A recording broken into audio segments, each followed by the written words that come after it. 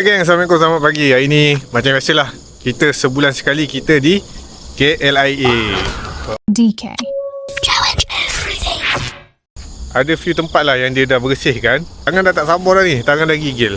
Set yang aku pakai macam biasalah. Hari ni aku bawa satu set je, tak bawa dua. Hari ni aku bawa Telescopic Rode daripada Cadence.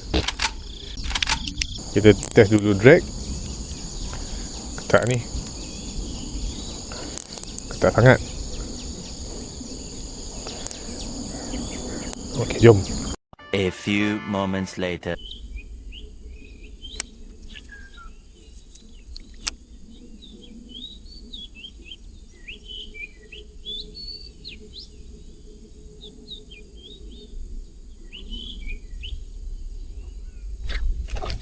Okey, strike.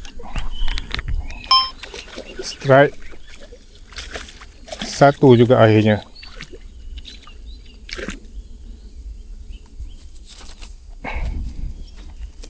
Strike. Gemuk. Mula aku pakai soft talk lah.